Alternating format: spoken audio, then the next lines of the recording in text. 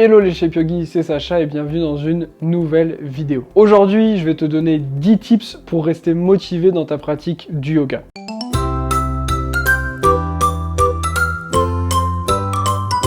Avant que la vidéo commence, je te rappelle que tu peux retrouver directement en description mon défi de 30 jours pour débuter le yoga avec moi à la maison. Ok, donc c'est parti pour la vidéo. Alors c'est vrai que ça a été une vidéo où au début je me suis dit c'est pas un sujet qui me paraît naturel à traiter parce que j'ai jamais ressenti le besoin d'avoir une forme de motivation pour faire du yoga. Puisque pour moi le yoga, contrairement à d'autres pratiques comme par exemple les gens qui se forcent à courir pour peut-être perdre du poids ou certaines activités qu'on fait parce qu'on a envie d'atteindre tel ou tel résultat physique ou autre, le yoga c'est pas comme ça, c'est pas une pratique dans laquelle on va avoir absolument tel objectif physique ou autre, et du coup pour moi c'est assez bizarre en fait de pas avoir finalement de réelle motivation et d'avoir besoin de conseils pour rester motivé dans sa pratique du yoga.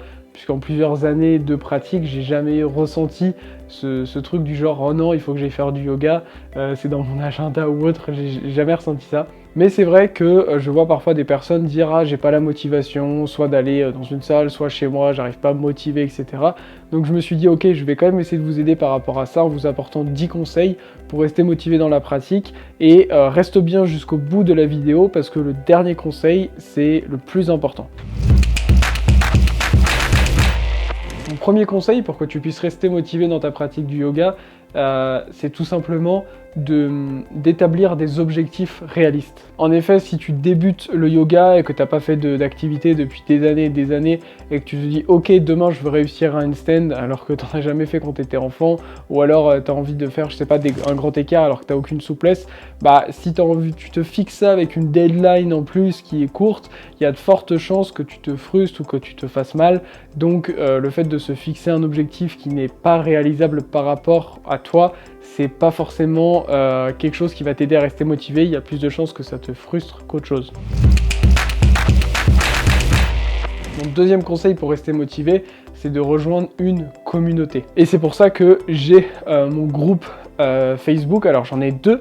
J'ai mon groupe Facebook qui est gratuit sur lequel je poste régulièrement du contenu, mais ma vraie communauté c'est dans mon groupe VIP Shape Yoga Balance, c'est le groupe de mes élèves dans lequel il y a un vrai lien qui se crée aussi entre les membres, on leur apporte du contenu tous les mois avec différents aussi professeurs qui interviennent et il y a un vrai lien qui se crée entre les membres du groupe et ça c'est important pour moi pour évoluer. Je te conseille de rejoindre vraiment une communauté. Alors là je t'ai parlé de ma communauté parce que forcément c'est ce que je connais le mieux et il y a un vrai lien aussi entre les personnes, pas comme des fois j'entends dire oui mais le yoga en ligne c'est moins bien que dans les salles, etc. parce que dans les salles on peut parler avec les gens, et le nombre de fois où je vois des gens dans des cours de yoga qui suivent dans des salles ou autres, et en fait les gens se parlent pas forcément, ils viennent faire leur cours de yoga, ils rentrent chez eux, mais finalement il y a beaucoup moins de liens que dans une vraie communauté en ligne lorsqu'elle est engagée, comme ça peut l'être avec mes élèves par exemple. Mon troisième conseil, c'est de suivre un plan individualisé de progression pour rester motivé. Comme on l'a vu au début, c'est important de se fixer des objectifs réalisables, mais une fois que tu as ces objectifs, il faut que tu puisses avoir un vrai plan pour les atteindre, sinon tu risques de te démotiver. D'ailleurs, tu peux bénéficier d'une session bilan offerte avec moi ou une de mes coachs pour justement faire un bilan avec toi et pouvoir par la suite t'amener un plan individuel de progression. Pour ça, tu as le lien directement dans la description pour prendre ton bilan offert. Mon quatrième conseil, si tu as du mal à rester motivé, c'est de ne pas faire un yoga trop répétitif. Par exemple, dans l'Ashtanga Yoga, d'ailleurs j'ai suivi une formation d'Ashtanga, donc je ne dis pas ça pour critiquer l'Ashtanga en soi, mais c'est tous les jours le même enchaînement de yoga, et au-delà du fait que c'est pas optimum de faire tous les jours la même chose si on a envie d'avancer dans sa pratique, l'autre point qui peut être un petit peu négatif, c'est qu'on peut se démotiver de devoir faire tous les jours la même chose. Moi, ce que j'aime bien dans ma pratique de yoga, c'est justement pouvoir évoluer, varier, essayer différentes formes de mouvements dans ma pratique, et si je faisais tous les jours la même chose, là pour le coup, je pense que ça me déprimerait un petit peu assez rapidement. Mon cinquième conseil qui peut paraître simple mais qui peut t'aider, c'est de laisser ton tapis de yoga ouvert. En fait, si ton tapis de yoga, et nous c'est le cas en fonction des différents endroits où on habite, on laisse le tapis de yoga ouvert. Alors on n'a pas besoin de motivation, donc c'est plutôt pour une question pratique de ne pas devoir le dérouler à chaque fois. Mais si tu as ton tapis de yoga qui est déroulé, qui est ouvert, c'est peut-être plus facile le fait de le voir, d'aller dessus, plutôt que si tu fermes, tu roules ton tapis, tu le mets au fin fond du garage et qu'à chaque fois il faut aller le chercher pour le ressortir et pratiquer. Ça peut être un frein aussi d'un point de vue motivation. Mon 6e conseil, ça je le donne à mes élèves ceux qui ont du mal au début à se fixer un bon rythme de pratique et qui ont tendance des fois à louper leurs séances, c'est de se noter ça dans l'agenda. Donc même si mes élèves pratiquent à leur rythme en faisant leurs cours à l'horaire qu'ils veulent chez eux, donc c'est un gros avantage, mais je leur dis de mettre dans leur agenda leurs 3 ou 4 séances à faire dans la semaine, comme ça fait comme s'ils avaient un rendez-vous en réel, en temps direct, et du coup ça leur force à suivre tout simplement les séances. Mon 7e conseil, ça peut être de pratiquer soit avec ta famille, soit avec des amis ou autres. C'est quelque chose qui peut t'aider d'un point de vue motivation. Ça m'est arrivé de voir parmi mes élèves qui suivent mes accompagnements, ou même mes élèves, peut-être toi qui suis mon contenu gratuit si tu n'es pas encore membre de mon accompagnement. Des fois j'ai reçu des photos et autres où je voyais les élèves qui pratiquaient avec leurs enfants, et le fait de pratiquer en famille ou autre, c'est quelque chose qui peut t'aider aussi d'un point de vue motivation et se fixer un petit peu un rendez-vous, et ça va aider aussi à garder cette motivation.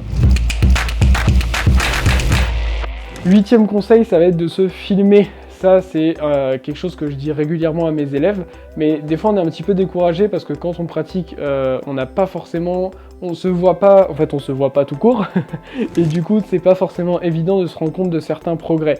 Et le fait de par exemple se filmer quand on débute sa pratique, si par exemple on a envie de gagner en souplesse et que quand on se penche, on est ici, on n'arrive pas du tout à toucher le sol, le fait de se filmer au début et puis peut-être se filmer quelques mois après et voir que ça y est, on arrive à toucher le sol, c'est aussi un grand point de motivationnel pour garder justement sa motivation au top. Mon 9e conseil, c'est un petit peu avoir un esprit d'enfant dans sa pratique. Comme je disais dans une vidéo qui est déjà sortie là, je pense, sur la chaîne, c'est que le fait d'être... Souvent les enfants, ils sont beaucoup plus yogis que nous, parce que le fait d'être enfant, déjà, il y a pas du tout toutes les tensions qu'on a pu créer au cours des années. Donc c'est pour ça aussi on voit les enfants qui sont super souples. Également, les enfants, ils vont avoir beaucoup moins de crainte quand ils vont, par exemple, faire un handstand. Ils y vont et ils vont pas avoir cette peur de mince, je vais tomber, etc. Et le fait de garder un petit peu cet esprit d'enfant va aussi vous permettre d'avoir plus d'amusement dans votre pratique. C'est pas parce qu'on est adulte qu'on peut pas garder une certaine part de notre aspect d'enfant, et ça va vous aider aussi à beaucoup plus vous amuser dans votre pratique et à garder cette motivation.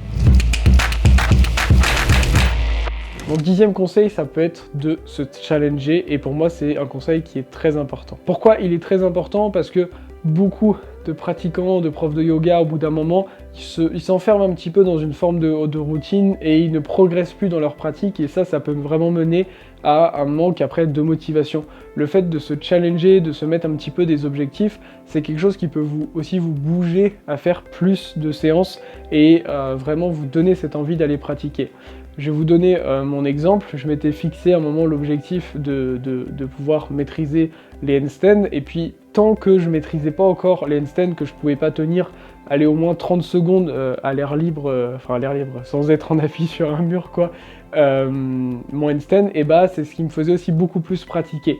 Une fois que j'ai atteint cet objectif qui était un petit peu, d'un point de vue physique, mon objectif final entre guillemets au yoga, par la suite, bien sûr je continue tout le temps à pratiquer, mais vu que j'ai pas forcément une envie de plus progresser que ça dans d'autres choses, j'ai pas